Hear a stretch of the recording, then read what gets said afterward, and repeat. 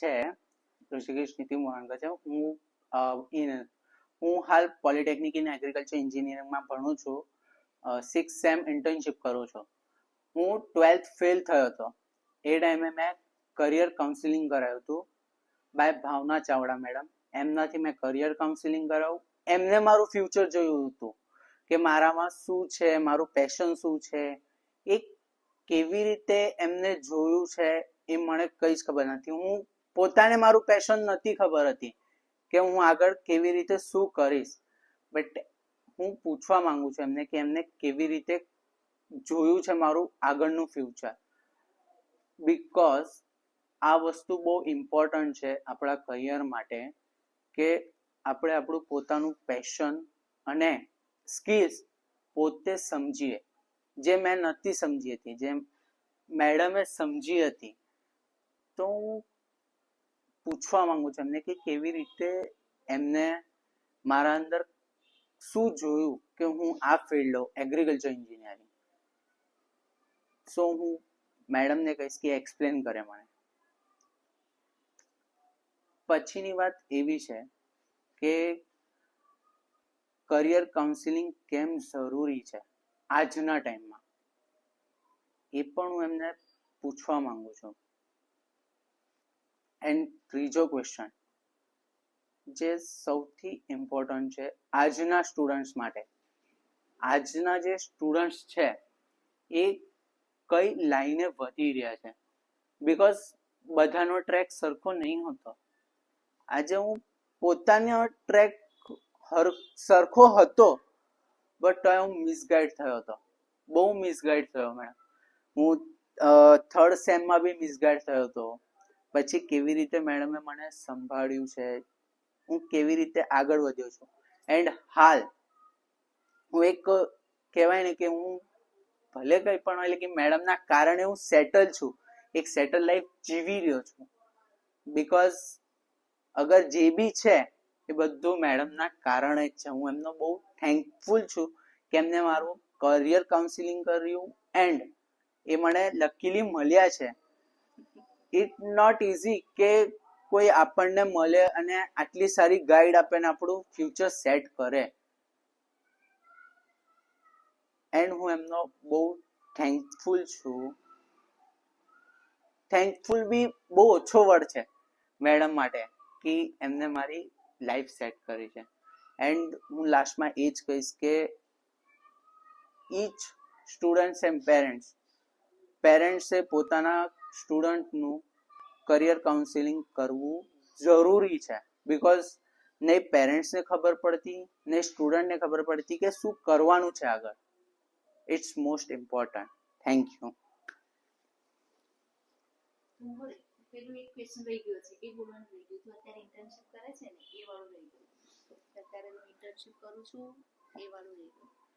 હું હાલ ઇન્ટર્નશિપ કરું છું ઇન નેટાફિમ ડ્રીપ ઇરિગેશન, જે આજની તારીખમાં નંબર 1 કંપની છે જેમાં બહુ સારી રીતે સેટલ છું. હાલ સેટલ નથી બટ ઇન્ટર્નશિપ કરું છું, લેકિન લાઈફમાં બહુ સારી રીતે સેટલ થયું છે. So thank you madam. Okay.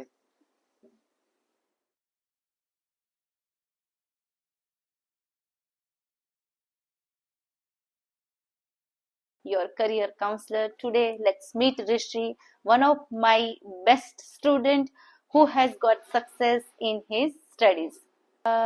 You were asking me no કે 12th માં કેવી રીતે ખબર પડી કે મારામાં આ એબિલિટી છે. તો જ્યારે મેં તારું કરિયર કાઉન્સેલિંગ 9th માં કર્યું હતું ને એ વખતે એમ જ કાઉન્સેલિંગ નહોતું કર્યું, બટ તારી સ્કિલ શું છે, તારા ઇન્ટરેસ્ટ શું છે, તારા એટીટ્યુડ શું છે, તારા મોટિવેટર્સ કયા છે, તું કયા સ્ટેજ પર છે, તારું એપ્ટિટ્યુડ શું છે, આ બધું જ કમ્બાઈન કરીને મેં તને કરિયર રિપોર્ટ આપ્યો હતો. અને એ રિપોર્ટ મારી પાસે ઓલરેડી હતો. એટલે 12th માં તું આવે એટલે મને કાંઈ રિપોર્ટની જરૂર ના પડી. બટ એ મેં તને કહ્યું હતું, તું યાદ કરતો કે તું એક દિવસ પછી આવજે. એટલે મેં કરિયર રિપોર્ટ જોયો અને મને ખ્યાલ આવી ગયો કે હા ઋષિમાં આટલી ક્વોલિટીઝ છે. એટલે મેં તને સજેસ્ટ કર્યું કે 12th પછી તું ટાઈમ વેસ્ટ ન કર, બટ તું એગ્રીકલ્ચર એન્જિનિયરિંગમાં જા and you will definitely get success because you have that skills and passion. અને સ્કિલ્સ અને પેશન હોવું એ ડિગ્રીની સાથે બહુ જરૂરી છે. બીકોઝ આઈ નો કે 10th તારા 96% હતા, બટ કોવિડના કારણે તારું 12th અંદર એટલું બધું સારું પરફોર્મન્સ ના આવ્યું, બટ અત્યારે તારું એ પરફોર્મન્સ છે, તું એ જોઈ શકે છે. આઈ હોપ કે તારી ક્વેરીનો આન્સર તને મળ્યો. યસ. સેકન્ડ, તે મને પૂછ્યું કે કરિયર કાઉન્સેલિંગ કેમ જરૂરી છે. તો કરિયર કાઉન્સેલિંગ એટલા માટે જરૂરી છે કે સપોઝ આપણને પેટમાં દુખે તો આપણે કયા ડોક્ટર પાસે જઈએ, આપણને માથું દુખે તો આપણે કોની પાસે જઈએ છીએ, આપણને સ્કિન પ્રોબ્લેમ હોય તો કોની પાસે જઈએ છીએ. તો કરિયરની વાત આવે તો એવું નથી લાગતું કે ત્યારે કોઈ કરિયર એક્સપર્ટ પાસે જ જવું જોઈએ, બીકોઝ દે નો કે ખાલી તમને જોઈને જ કે 45 રૂપીઝમાં એસ્ટ્રોલોજી આન્સર આપે છે, એવું કંઈ કરિયર કાઉન્સલર આન્સર નથી આપતા, બીકોઝ દે સ્ટડીડ અને એમની પાસે જે સ્કિલ્સ છે એ બધું જ આખું કરિયર ગ્રાફ